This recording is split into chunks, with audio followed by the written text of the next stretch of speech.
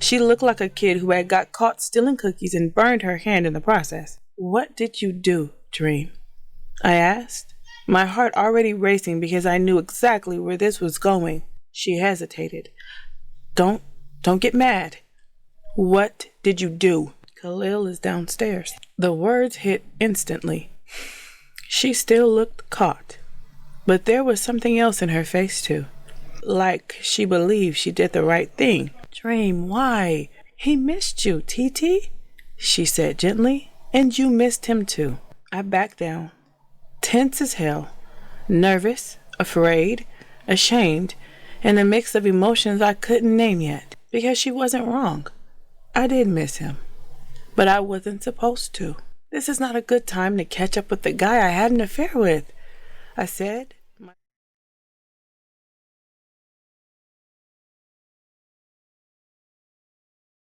I woke up in our bed with a bloody rag pressed to the side of my head, and Jay knocked out next to me, still wearing the same clothes from the velvet room. For a second, I just laid there, still, confused, trying to piece together how the night ended, and why my head felt like it had been slammed on concrete. I pushed myself up, slowly, and the moment I sat upright, the room spun and I lost my footing. I grabbed the edge of the bed to steady myself, breathing through it. I couldn't remember when we got home, couldn't remember getting out the car, couldn't remember anything after, but something in me already knew. I just wasn't ready to say it out loud yet. I made my way into the bathroom, one careful step at a time, like my feet didn't trust the ground beneath me. The light was too bright when I flipped it on, too harsh for what I was about to see. My hands trembled as I pulled the rag away from my head. Blood, too much blood. My stomach dropped. I climbed onto the counter, bracing myself on the sink, and bent forward to look into the mirror. It took me a second to find it through my locks, but when I did, I froze. It wasn't deep, but it was long. Long enough to leave a story behind. Long enough that it couldn't be explained away with a simple lie. "I'm gonna need stitches," I whispered to myself, my voice barely there. And just like that, reality set in. This wasn't something I could hide. Not from the doctors, not from my sister, not from my kids, not from him either. I sat back on the counter, letting my head rest against the mirror, my body going weak as the tears finally came. Hot, quiet, heavy. "Was it even worth it?" I whispered. I knew what I signed up for. I knew he'd be angry. I knew he'd get violent. But this felt like something else, something darker, something closer to the edge. My fingers hovered near the cut but didn't touch it, and then it hit me. I couldn't see Khalil anymore. Not after this. Jay said he'd kill him if he ever found out we knew each other before that night. And Jay wasn't the kind of man who made empty threats. That night got to him exactly how I thought it would. Made him face his own sin. Snatched the control right out of his hands and placed it in another man's. And that made him snap. Just the sight of Khalil after what we did that night could send him over the edge. Make him do something he might not be able to come back from. Crazy how the man who made a fool of me so many times couldn't even stomach the thought of sharing me once. How could someone so evil be so fragile at the same damn time?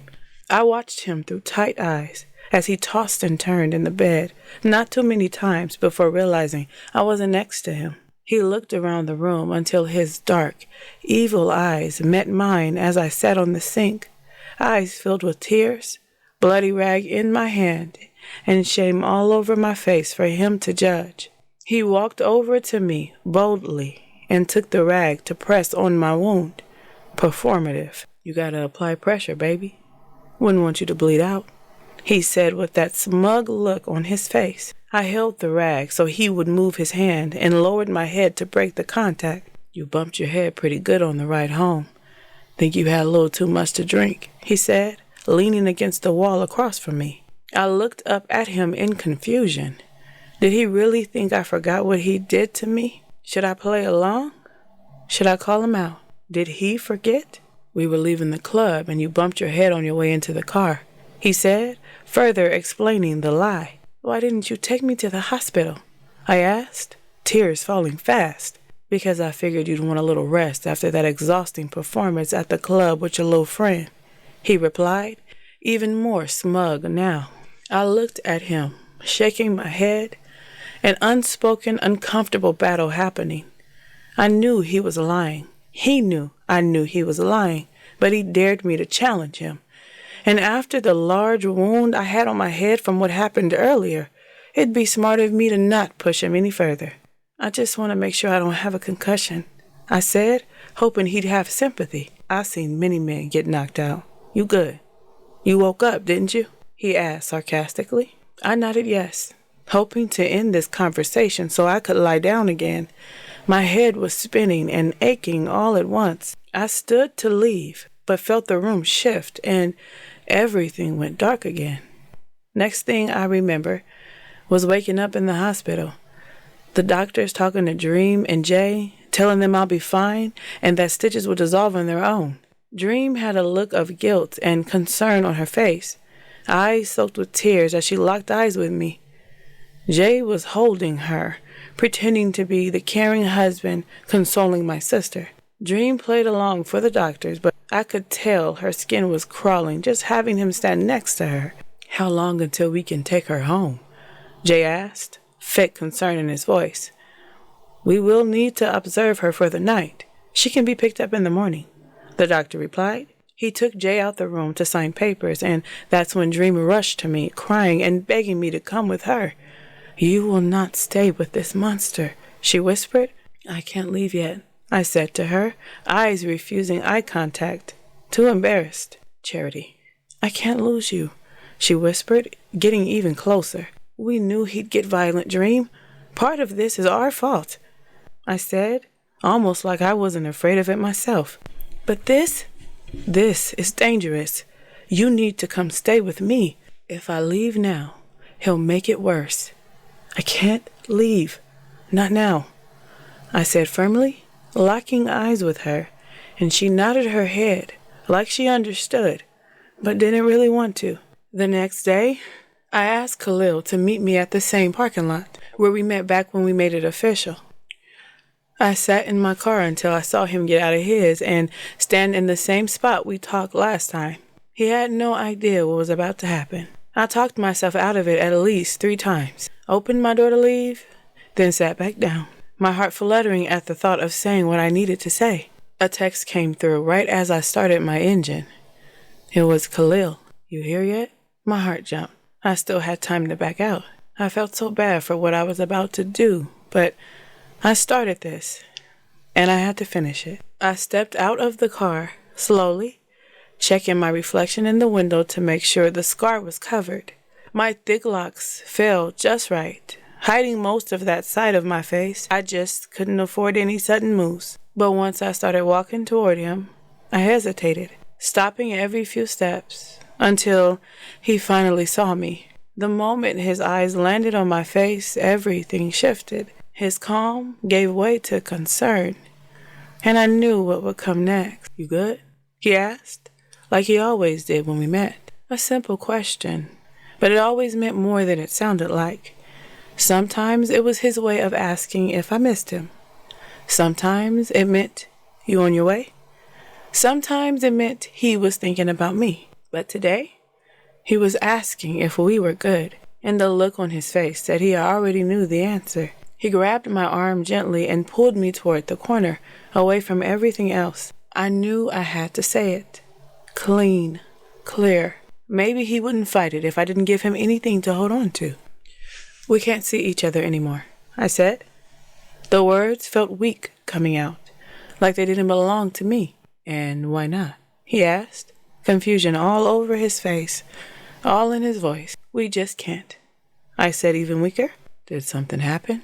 He asked, lifting my chin, forcing my eyes to meet his. No, but yes, I said, swallowing hard. I don't feel comfortable talking about it, but we need to stop this for now. Okay, he said quickly. We can slow down. I'm fine with that. That almost broke me, because he wasn't hearing me. Or maybe he just didn't want to. We can't see each other anymore. I repeated, firmer this time, hands tight at my side. For now? He asked, searching my eyes. I shook my head. Anymore. And that's when I saw it, the shift, confusion, hurt, a flash of anger trying to find somewhere to land. I turned away because I couldn't take it. The guilt I was feeling hit louder than the car alarm going off somewhere in the distance. I could feel him behind me, shaking his head, trying to make sense of something that didn't make sense. Hands on his hips, breathing different now. That calm he always carried, it was slipping. You sure? He asked after a moment. Like it took everything in him to say even that much. I stared at anything but him. The sun, the cars passing, the cracks in the pavement, anything to avoid what I was doing. But he didn't let me escape. He stepped in front of me again, made me look at him. You sure? He repeated, eyebrows pulled tight, voice even heavier now. No, the truth slipped out before I could stop it. Then why say that? Because I need time to handle this without worrying about him coming after you too. I'm not somebody you gotta protect, he said, turning my face back toward his. You don't know what you're stepping into if you stay in this, I replied. I don't give a fuck, he said, frustration creeping in. I'm not afraid. I am, I said quietly. For you and for me. You gotta stop letting him do this, he said, a voice firm now. Either you staying in this or you going, but if you stay scared, you'll always find a reason to run. If I leave, he'll have no reason to let me live, I said. And if you leave and he can't find you, then you'll have every reason to live, he shot back. Or is that what you're really afraid of? That stopped me. I looked at him, a little too aware of how right he sounded. But I couldn't go there. Not now. I didn't come to have this conversation, I said, pulling myself back together. I just wanted to give you the courtesy of telling you in person that. I stepped back, took a breath, forced it out. It's over. I grabbed my keys out of my purse and turned toward my car before the tears could fall, before I could change my mind, before I could run back into his arms and undo everything I just did. By the time I got to my car, he was gone, and that hurt more than anything he could have said. I didn't want that. I didn't want to hurt him, but I had to stay focused. I couldn't afford to depend on anyone else to protect me from Jay until I learned how to protect myself. The weight of my decisions weighed on me a lot more than I thought it would. I couldn't eat. I definitely couldn't sleep. And I couldn't look at Jay without the hate seeping out. I got a job just to have an excuse to stay away from home long enough to breathe, to think, to strategize. Took night classes too, filling my schedule so tight that there was barely room for him in it. I had to lean on Dream and Jay's parents to help with the kids since he was always busy. Funny how he always had somewhere to be until I didn't. I started sleeping in the guest room after the night I came home from the hospital. I did not trust him enough to lay next to him. And that made him even madder. He tried not to show it at first, but I could feel it building. I caught him going through my phone one night, standing there like he had a right to it. Like my silence automatically meant another man had taken his place. And he wasn't wrong, but he also wasn't right. Because another man didn't break us. His abuse did. Funny how you and Dream text all day, he said, his tone casual, but his eyes sharp. But your message is clean. No unread, no open threads. I didn't even look at him. Jay, my head is killing me. I just want to rest, I said, pulling my shirt over my head, hoping he'd let it go. He didn't. He stood there, staring at me like he was doing the math in his head and didn't like how the numbers weren't adding up. Like he hadn't lied. Like he hadn't been caught. Like he didn't build this exact type of distance himself. I brushed past him on my way to the guest room where Baby J was already curled up waiting for me. Safe. Peaceful. Everything I wasn't. I stepped inside and closed the door behind me. Right in his face. I didn't have the energy to pretend anymore. Didn't have the patience to play the role of a wife to a man who only cared about control. Because that's all this was to him now. Control. And the anger that's building inside of him, that wasn't about love. It was all about the fact that he could feel it slipping. feel me slipping. I heard one loud bang on the door, hard enough to make the frame shake. Then silence. Then his footsteps walking away.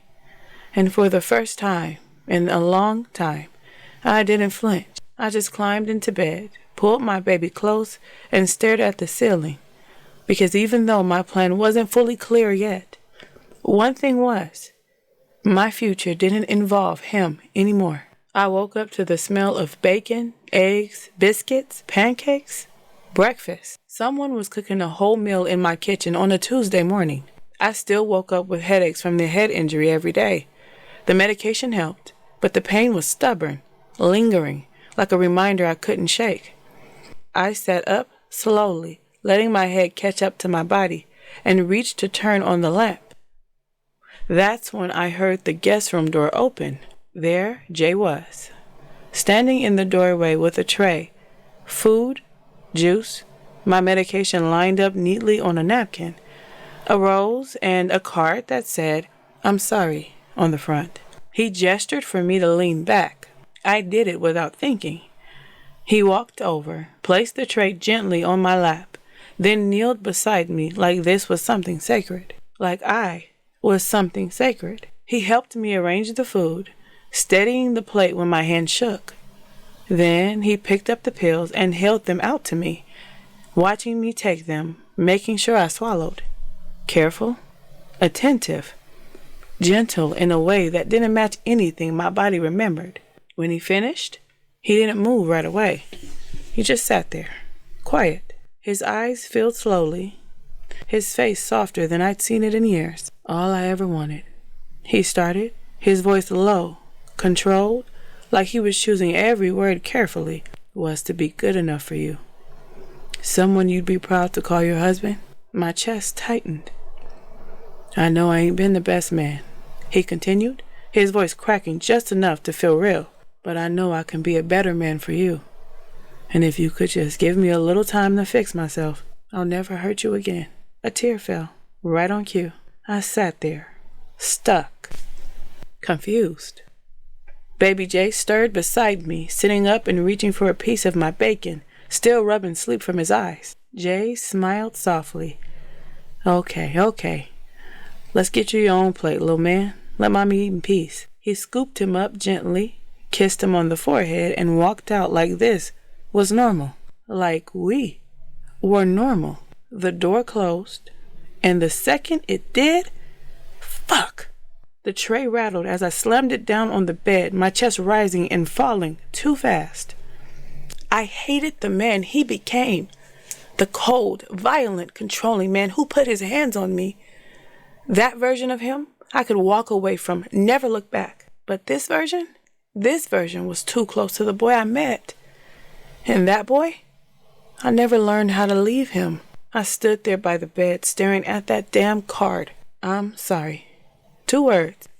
But they started to echo so loud until it felt like he was standing right behind me, whispering everything I ever wanted him to say, being the man I begged him to be. And suddenly, leaving didn't feel so easy anymore. I sat down slowly and opened the card, and I broke. He wrote about when we met, about how he knew I was the one, about how all he ever wanted was to protect me, but his trauma got in the way. He said he enrolled in therapy, said he'd do whatever it took because he couldn't lose me. And a part of me felt it, every word, because the broken parts of me loved the broken parts of him too much to ever fully heal enough to grow apart. I wiped my face quickly and ran out of the room looking for him. I found him in the kitchen, standing there with baby Jay in his arms, singing that song, the song we made for him when he was in my belly, the one we would sing on quiet nights when the world was asleep and we rocked our newborn in the dark, singing him into peace. The moment I saw it, I broke. Not the ugly, shattered kind of breaking, the kind that feels like something is being put back together.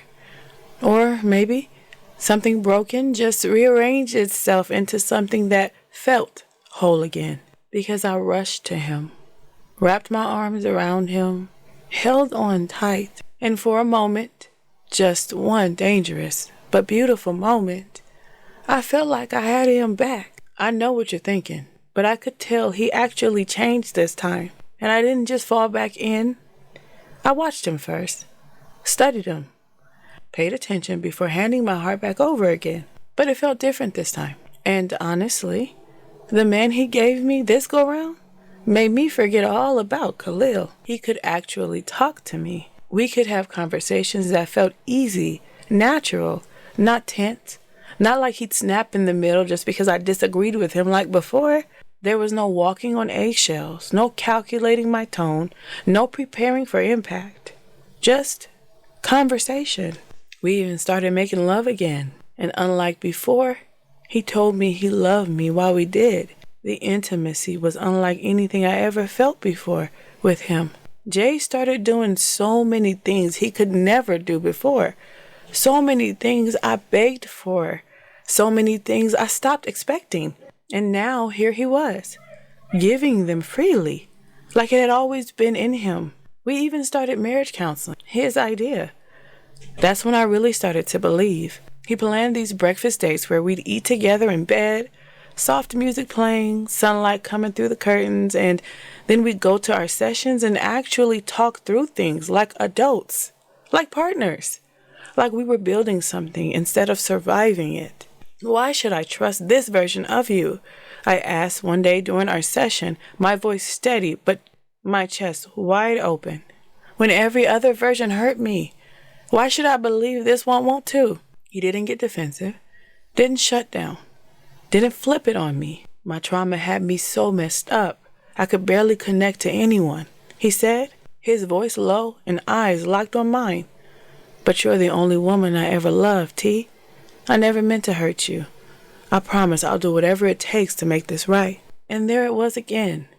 Those tears, that openness, that version of him I always felt was buried somewhere beneath the chaos. Even our marriage counselor was impressed. She said she never seen an abusive marriage improve so quickly, that she was skeptical at first, but now she was proud of our progress.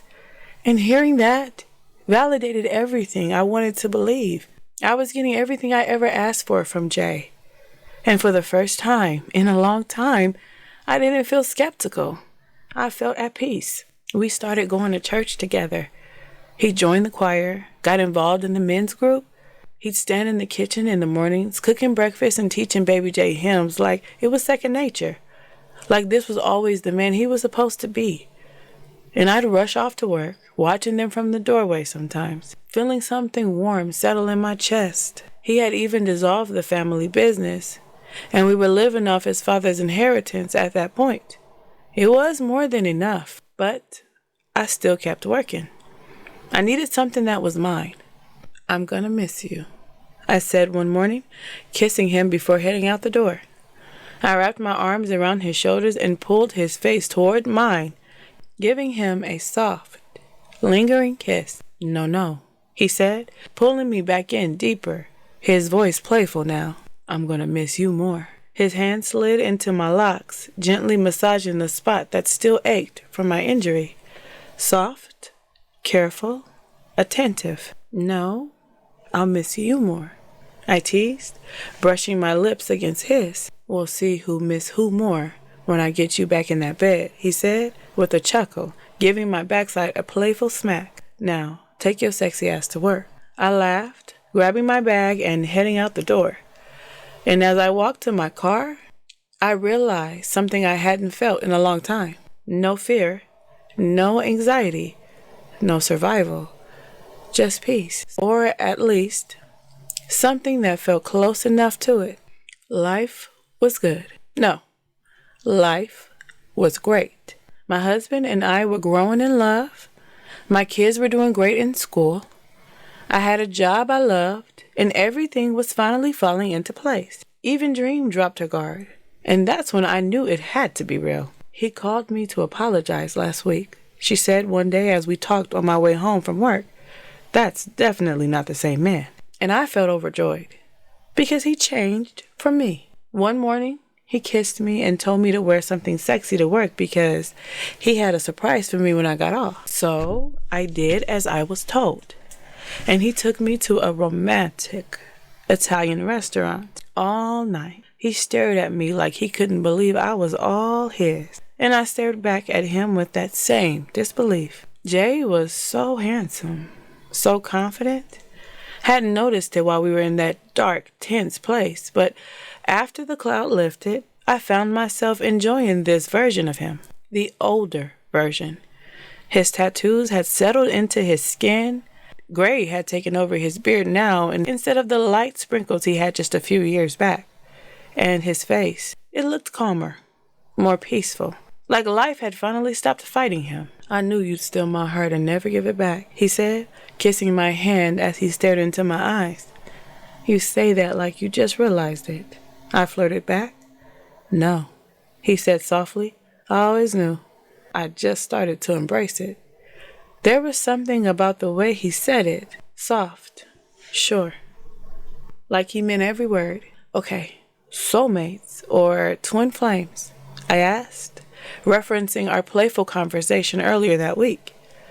Oh, soulmates, definitely, he said quickly, but can we be both? He still sounded a little confused about the whole thing I had tried to explain to him. Yes and no, I replied, smiling. Soul flames. Soul flames, he said awkwardly. We both laughed. Is that a thing? He asked, still smiling, still trying. If it ever was, I said softly, me and you would be the first. And something shifted in that moment. Something warm. Something real. He grabbed my hand, locking his fingers into mine, and I felt a kind of warmth I hadn't felt before. This man was becoming someone amazing, and for the first time in a long time, I felt proud that I didn't give up on him. I fell asleep before him that night. That had been happening more lately. The peace we found during the day would carry me just far enough to let my body rest, even if my mind still didn't fully trust it. I don't know what time it was when I woke up, but something felt off, not loud, not obvious, just wrong. I blinked slowly, my head still heavy from sleep, and that's when I noticed. The closet light was on, and Jay was in it, moving, quiet, too quiet. My chest tightened instantly. What are you doing? I asked, my voice still thick with sleep as I pushed myself up slightly. He turned his head just enough to look at me over his shoulder. Looking for something, he said, casually, like nothing about this was strange. But it was, because Jay never looked for anything. He knew where everything was, always. That's when I heard it. A buzz, soft but clear. My stomach dropped. The iPad. My mind started racing because the texts, all of them, they came through the iPad first, before my phone.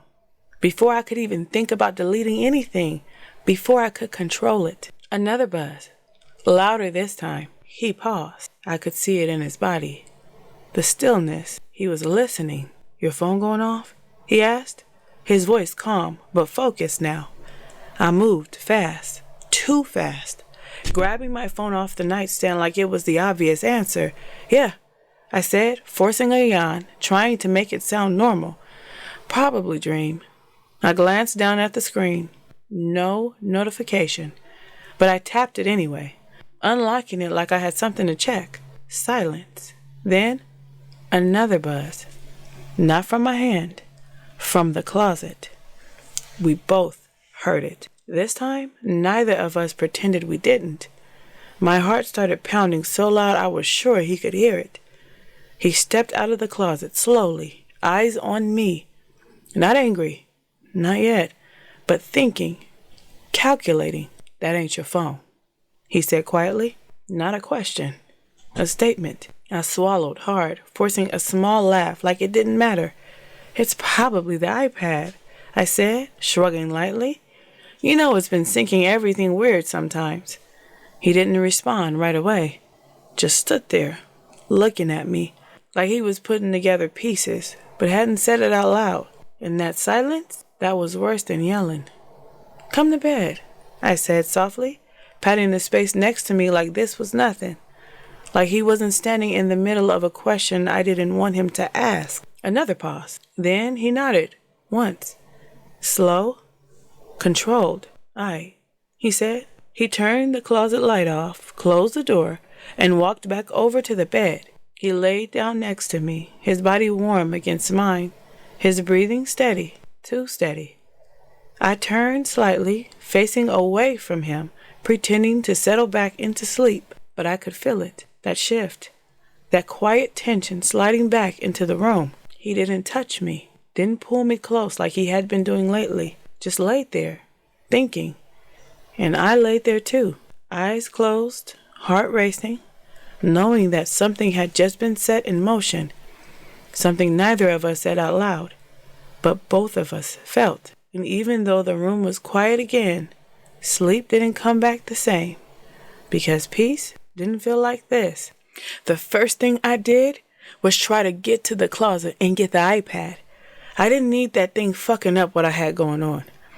But before I could get to it, the house had gotten so crazy I remembered I was supposed to grab it on my way to drop the kids off at school. Just as I went to turn around, my phone rang. A number popped up that looked familiar but wasn't saved. The moment I answered it, I knew the voice. You good? He asked, like he always did. But this time, there was something in his voice I couldn't name. Yes. You? Colder than I meant to be. A pause. Then I met someone. My heart dropped so hard I missed my exit. Why are you telling me this? I asked, pretending my chest didn't just collapse into itself. I'm getting married. That one landed. Deeper. Good for you, I said, fighting the tears that threatened to fall, forcing my voice to stay flat, unaffected. Yeah, I don't know why I'm telling you. Neither do I snapped. Another pause. I guess I hope you be happy for me. But what, Khalil? I asked, bitterness creeping into my tone. I hear you doing well, he said. Figured I'd move on too. Well, affairs rarely ever blossom into real relationships, I said, my anger sharp and tangible now. So I think you did the right thing. He chuckled on the other end. But it wasn't because anything was funny. It was irritation. Take care of yourself, Charity. You too, I said, hanging up before my voice could betray me. I slammed my hand against the steering wheel so hard the horn blared, startling the car in front of me. Fucking asshole. Why did I need to know you're getting married? I yelled, my voice cracking as the tears finally started to push through. Ruined my whole damn day. And then it hit. That ache, the kind that comes from losing something you really hoped you'd never lose. I made a wild U-turn and headed back home. I couldn't function like this. My mind was spinning, my chest tight, my anger gripping the wheel like it had a mind of its own. I was driving reckless, cutting people off, taking turns too fast, running stop signs. I couldn't get a grip. And I couldn't shake the feeling that he was playing with me, testing me, trying to see if I'd break, if I'd beg him not to be with someone else. Little did he know, I played mind games with the best of them. And if he thought I was about to shatter over another woman, he had a rude awakening coming. I pulled up to the house hoping, stupidly, for comfort, for a hug, for something familiar. But the moment I parked, I noticed a car in front of the house I didn't recognize. Not in the driveway, too close to be for any other house. I stepped out and walked toward it, empty and locked. So I brushed it off. Probably a neighbor's guest who parked wrong. I headed inside, but the second I opened the door, I heard it. Laughter, something that sounded like singing or music, voices. The house was spotless, too clean, like Jay had been busy. Candles burned somewhere in the back, mixing with a scent that didn't belong to me, didn't belong to us. I walked further in, my steps slower now, quieter. And that's when I realized they weren't singing, they were moaning. Jay and another woman. My chest tightened so fast I thought I might pass out. I rushed toward the door, ready to kick it in, ready to lose my mind. But I stopped right before my foot hit. I couldn't let him know I knew. Not yet. Not like this. So I turned around, walked out, got back in my car, and drove straight to my sister's house. That evil, manipulative, lying, creepy bastard, Dream said, exhaling through aggressive breaths. We should have known this was all a game to get us to put our guards down. I just sat on the couch, shaking my head, frustration and embarrassment washing over me in waves. He definitely fooled me this time. And to do it in your home? Sick as hell, she yelled. What am I gonna do? I asked, staring off into the distance, gripping the wine bottle like it had answers. I had already drunken most of it by myself. No, she said quickly, snatching the bottle from my hand as she sat next to me. See, this is what he wanted. He wanted to throw you off, make you feel lost, unsure of what to do next. But we're not about to let that happen. I am lost, I cried, my voice breaking. I thought this was it. I really thought he changed, Dream. There was no after for me. Tears fell faster now. I actually thought we had grown into versions of ourselves that could last forever. And now I'm sitting here trying to figure out who I even am without him. This hurt felt different, deeper, like something inside me had finally believed and got betrayed for it. Even now, I whispered, shaking my head, I'm sitting here hoping it was some kind of misunderstanding, when I know damn well he just played me like a fool. Dream's expression softened, but her eyes stayed sharp. But there was a plan before he pulled you back in, she said, her voice steady, grounding. And you can still use that plan, Titi. That plan is no good, I said quickly. I'm not her anymore. I need love. I got to feel the version of him I always wanted. And now I'm just supposed to let it go? Titi, listen to me, she said, leaning closer, her voice firm but protective. That version was a facade. He was pretending. And what you discover today is that he can't be who you need. Not consistently anyway. She held my face, forcing me to sit in it. The version you wanted would never leave you feeling like this. I knew she was right, but my heart hadn't caught up yet. I can't believe that, I whispered, pain laced with the kind of denial that clings to hope just to survive. She sighed, already knowing where this was going. You know what I'm about to say. Dream. Not now. Now is the perfect time, she shot back. The only way to get over an old, stale man is to get under a new dream. Don't. I warned, my tone sharp now. Seriously, don't. Call Khalil, she said anyway, handing me my phone. Khalil can't fix anything, Dream. He got his own problems. I just talked to him yesterday, she said. He seemed fine. He misses you, even after you did him dirty. My whole world is falling apart right now, Dream, I snapped, standing up now, pacing. Khalil is the last thing on my mind. I have to make this work. We got kids, decades of love, and recently some kind of growth.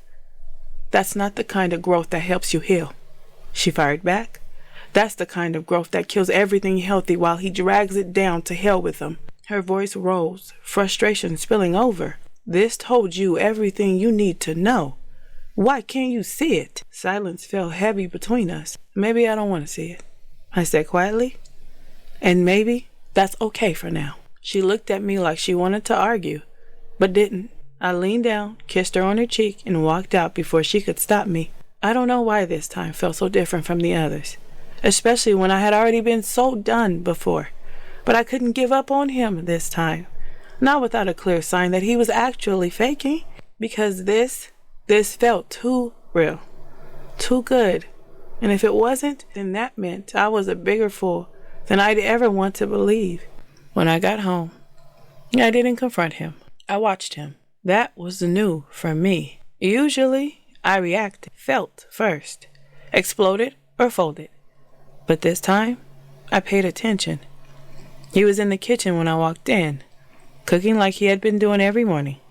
Baby Jay was at the table, humming one of those little songs they had been practicing together. The house smelled warm, familiar, safe. And there he was, The version of him I had fallen back in love with. "Hey, baby," he said, turning to me with that same soft smile. "You good?" Same voice, same warmth, same man I had been defending just hours ago. "I'm good," I replied, studying him. He walked over, kissed me on the forehead, and went right back to cooking like nothing had shifted.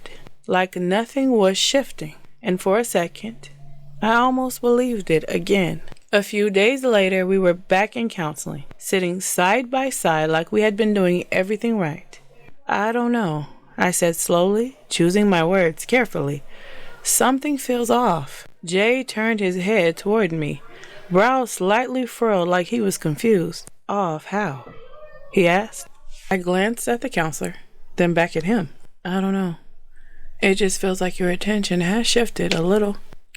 The room got quiet. Jay let out a small breath and leaned forward, resting his elbows on his knees like he was thinking it through. "It just feels like," he said softly, shaking his head, "nothing I do will ever be good enough." There it was, that tone. "I've been doing everything I can to fix what I broke," he continued. "I'm here. I'm present. I'm showing up for you every day. What else do you need?" He turned slightly toward the counselor. "I think she's just scared," he added, almost sympathetically. "It feels like she's waiting for me to mess up again." The counselor nodded slowly. "That's understandable," she said. "After everything you've been through, it's normal to feel that way, Charity." I looked at her, then back at him, and that's when it hit me. He wasn't reassuring me. He was redirecting the narrative, making it seem like the problem wasn't his behavior. It was my fear, my perception, my inability to trust. A game I had seen before, played softer this time, cleaner, but still the same game. "I'm not saying you're doing anything wrong," I said carefully, holding his gaze now. "I'm just saying something feels different." He reached for my hand. "I love you," he said, looking me dead in the eyes. "And I'm not going anywhere. You safe with me." The counselor smiled. "That's important to hear," she said. I forced a small smile back, but inside, something shifted, because I knew that move, that line, that exact false reassurance. It wasn't new. It was just better executed. That night, I didn't say much, didn't argue, didn't question. I just watched, waited, and then I heard his voice from the other room. I moved quietly down the hallway, my steps slow, controlled. The bedroom door was slightly cracked, and he was on the phone. "I told you, chill. She don't know nothing," he said, his voice softer than I had ever heard it. I got it handled. My chest tightened. Then a pause. His tone shifted, lower, more intimate. "You good, though? You feeling okay?" Another pause. And that's when I heard it. Her voice, faint, but familiar. "Janine." My stomach dropped. "She won't find out," he said again, quieter now. "She ain't that smart, baby. She's still stuck on that we healing shit." He added with a small laugh. "She think I changed, for real." I froze. Every part of me went still. "Just give me a little more time." Another pause. Then, softer, almost careful. "Hey, you gotta chill stressing like that, though. That ain't good for you or the baby." Everything inside me dropped. Not again. Not her. Not another baby. "I told you, I got it," he said, his tone reassuring in a way I had begged him to be with me. "I'm not about to let nothing happen to y'all. Just do what you've been doing." Silence filled the space between his words and my understanding. This wasn't new, and this wasn't a mistake. This was ongoing, planned, maintained.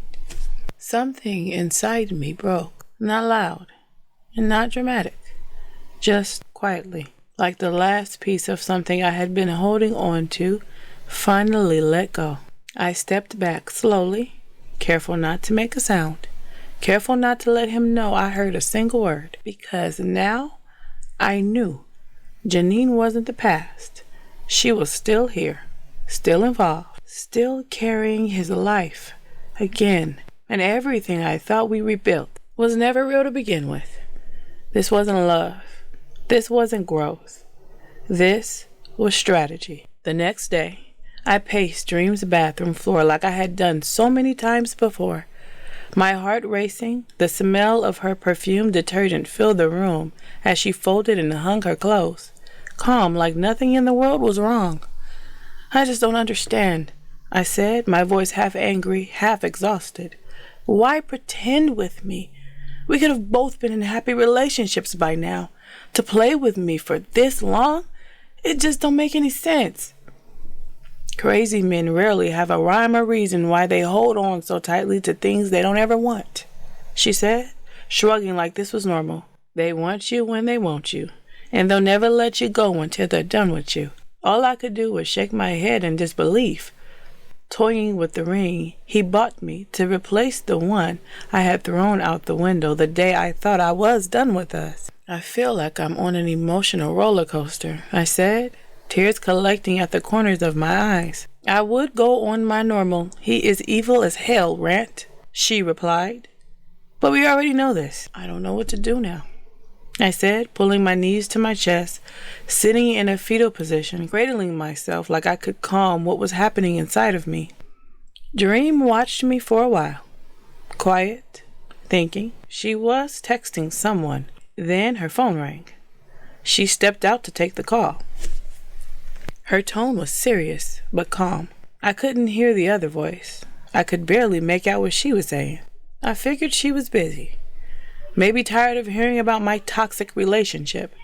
Maybe uninterested. I leaned back on the bench, closed my eyes, and drifted off, figuring she'd wake me when she was ready to revisit the topic. I must have been out for a minute, because I woke up to her fingers gently rubbing the scar on my head. Wake up, sleepyhead, she said softly. How long was I out? I asked, still groggy. Not long enough, she replied. You were exhausted, TT. I know, I said, sitting up slowly. I gotta go home. The kids are probably asking for me. She stepped in front of me before I could move. And the look on her face, I had never seen it before. She looked like a kid who had got caught stealing cookies and burned her hand in the process. What did you do, Dream? I asked, my heart already racing because I knew exactly where this was going. She hesitated. Don't get mad. What did you do? Khalil is downstairs. The words hit instantly. She still looked caught, but there was something else in her face too. Like she believed she did the right thing. Dream, why? He missed you, TT, she said gently, and you missed him too. I backed down, tense as hell, nervous, afraid, ashamed, and a mix of emotions I couldn't name yet, because she wasn't wrong. I did miss him, but I wasn't supposed to. This is not a good time to catch up with the guy I had an affair with, I said, my voice tight. Just hear him out, she replied. Then she added, almost too casually, besides, you been drinking. You probably shouldn't drive yourself home. Dream's house is pretty big, but it felt smaller now. The distance from her room to the living room seemed to have shortened as I turned the corner at the end of the hallway and saw his arm. Dream felt my hesitation and nudged me just enough to push me out of the hallway and right in front of him. I stumbled a bit and he caught me right before I lost my footing. In the moment I felt his hands around my waist, all those feelings came flooding back. You good? He asked, steadying me until he saw I wasn't wobbling anymore. I shot Dream an annoyed, piercing look before replying. I'm fine, thank you. She shrugged and started backing toward the door. Well, I gotta go to bed. Make sure my sister gets home safe, she said, trying to rush us out. I nudged her hard on the way out and gave her a "you got me messed up" look before fully walking out. I heard Dream and Khalil talking behind me, but I was kind of tipsy and my head was starting to pound from the injury. I made sure to cover it with my locks whenever I went out. Too much shame and embarrassment to have to explain it. I heard Dream's door close. Khalil walked around to the passenger side and opened the door for me. I hesitated. I knew how this could end, but I got in anyway. Jay didn't want this. There was no reason to hold on to false hope anymore. No reason to be good to a man who couldn't be good to me. I hit the lock on my car, texted Dream that I'd be back in the morning to get it, and got into Khalil's car. The drive was silent, but calm. He turned the music on as we hit the corner, leaving Dream's house. I faced the window, letting the air hit me, pulling my locks from my face as I disappeared into my thoughts. At one of the stoplights, I felt his hand on my back. Soft, soothing, caring. He reached over into my folded arms and grabbed my hand, holding it for the rest of the drive. That made it worse. When we pulled onto the street right next to mine, we stopped. Khalil just sat there, holding my hand, being present in a way only he could, understanding everything without me saying a word. I finally gathered the courage to look at him, and I didn't see the hate I thought I would. "Do you want me to take you all the way?" he asked. "No," I said, already knowing what would happen if Jay saw me in the car with the man I wasn't supposed to know. "Are you sure?" he asked, in that way that made me question everything I thought I was sure about. I didn't answer. He reached up, grabbed my face, and gently pushed my hair back, revealing the scar I thought I had been hiding. He rubbed it, slowly. "Are you sure?" he asked again, slower this time. He knew. I pulled my hair back over it and nodded. "Yes." "You don't know what he's capable of," I said quietly. "Pushing someone like him could get deadly." "I'm not somebody you have to protect," he replied, a slight growl in his voice as he pushed a point he had been trying to make for a long time. "I am trying to protect both of us." He snapped for less. Khalil reached into the glove compartment and pulled out a metallic blue handgun, placing it on the center console between us. "They made one gun, they made another," I snapped. "Don't try to match him. That's not you. You don't know who I am when it comes to protecting someone I care about," he said, calm but firm, in a way that almost made me back down. "I thought you were getting married," I asked, confused. Khalil leaned his head back, exhaled, and reached into his pocket, pulling out a thick blunt. He lit it slowly, letting the tip burn before taking a long pull, shaking his head like he was fighting something he didn't want to say. He never told me he lied. He just looked at me, and I already knew. I couldn't help but laugh, and he laughed too. Some sick joke this was. "I wanted a reason to contact you," he said, the blunt resting between his fingers. I took it from him, my shoulders easing a little as the tension started to loosen, the smoke filling the car as the feeling settled in. "You suck at this," I said, blowing smoke in his face. "At what?" he asked, inhaling his own cloud. "Pretending not to care. I never wanted to do that with you," he said, setting the blunt in the ashtray, his attention shifting back to me, back to us. The tension sat there, heavy, unavoidable. "I'm sorry," I said finally. The words had been sitting in the back of my throat all night. "You don't owe me nothing, girl. I knew what I was getting into," he said, brushing it off. But I did owe him. I grabbed his beard and forced him to look at me. "You didn't deserve to be pushed away like you didn't matter," I said, softer now. He dropped his shoulders and exhaled like that was the one thing he had been waiting to hear. We locked eyes and stayed there, in that moment, where everything we felt finally had space to exist. A kiss. Deep, passionate, honest, the kind that made me want him so bad. I couldn't wait. And for the first time, in a long time, I didn't feel scared. I didn't feel like I had to shrink or explain myself or prepare for something to go wrong. With him, it was just easy. The kind of safe that doesn't ask you to be perfect, just present. The kind of love I thought life had already taken from me. The kind of love I never thought I'd get to feel after everything I'd been through. And in that moment, right there in his arms, I realized something I hadn't allowed myself to believe before. If this was all I ever got, if this was the only time I ever felt a love like this, it would have been enough. I could have died happy, just knowing this kind of love existed for me.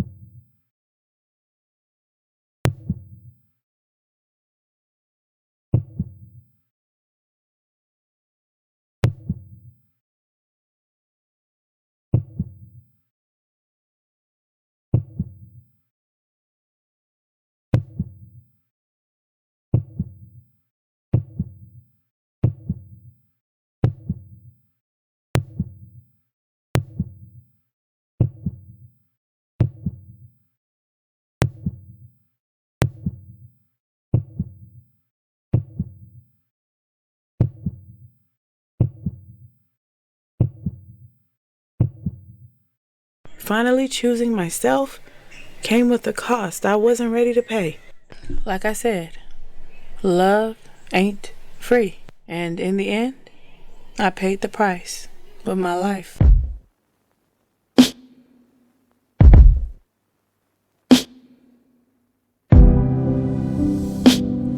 It's 11:31.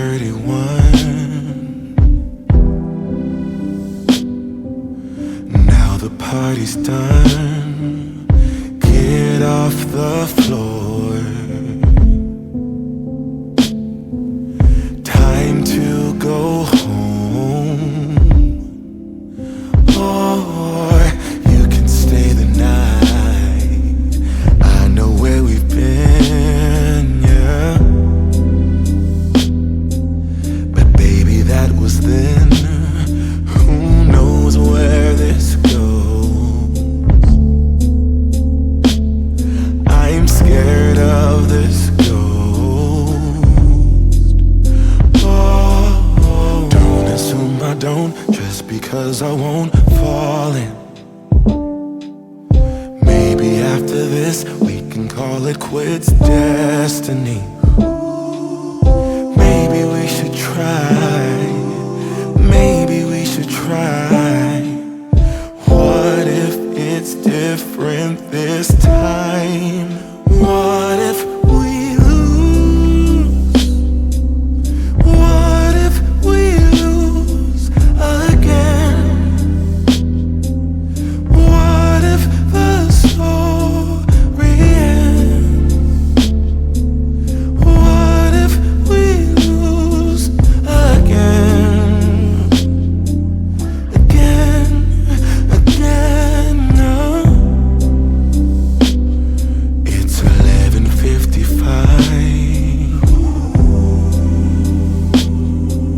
It's getting cold outside. It's colder in here. I made ice from my tears. No, don't assume I don't, just because I won't fall in. Maybe after this we can call it quits, destiny. But maybe we should try. Maybe we should try. What if it's different this time? What if we lose? What if we lose again? What if the story ends? What if we lose again? Again, oh.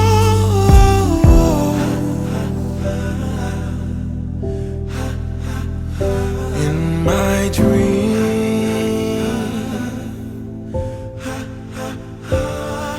I'll never let you go.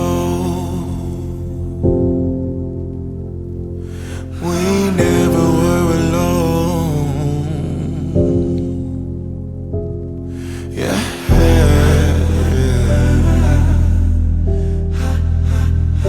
Like a rose,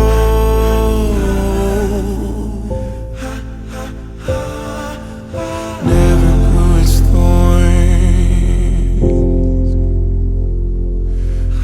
Blossomed on our own. What if we lose? What if we lose again? What if the story ends? What if we lose again?